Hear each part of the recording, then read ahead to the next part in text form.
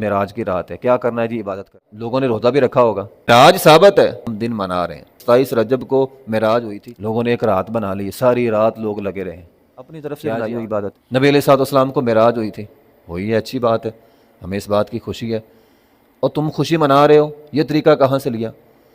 جس ہستی کو معراج ہوئی، کیا اس ہستی نے یہ کام کیے؟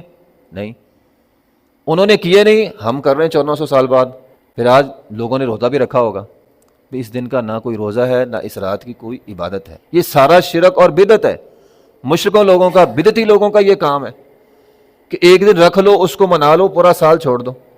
ایک رات رکھ لی، اس رات خوب عبادت کرنی ہے ابھی، باقی پورا سال، اور قیام اللیل تو ہر روز کرنا چاہیے، ایک دن رکھ لیا، اب پورا سال نہیں پڑھنا، رات کی نماز نہیں پڑھنی پورا سال، بس ایک دن ہم نے پڑھ لی کافی ہو گیا، اور آج کا روزہ بھی رکھ لیا کافی ہو گیا۔ کیا جی؟ ہم دن منا رہے ہیں، جو دن منانے والے ہیں وہ اسلام نے بتا دیے ہیں۔ عید الفطر کا دن منانے والا اسلام نے بتا دیا، عید الفطر کا دن ہے، اس دن روزہ نہیں رکھنا، اس دن عید کی نماز پڑھنی ہے، خوشی منانی ہے، اسلام نے بتا دی۔ یہ بات یاد رکھیے گا، جس دن کا انسان کی عملی زندگی کے ساتھ کوئی تعلق نہ ہو، وہ دن صحابہ نے یاد ہی نہیں رکھا۔ معراج ثابت ہے، کس دن ہوئی تھی؟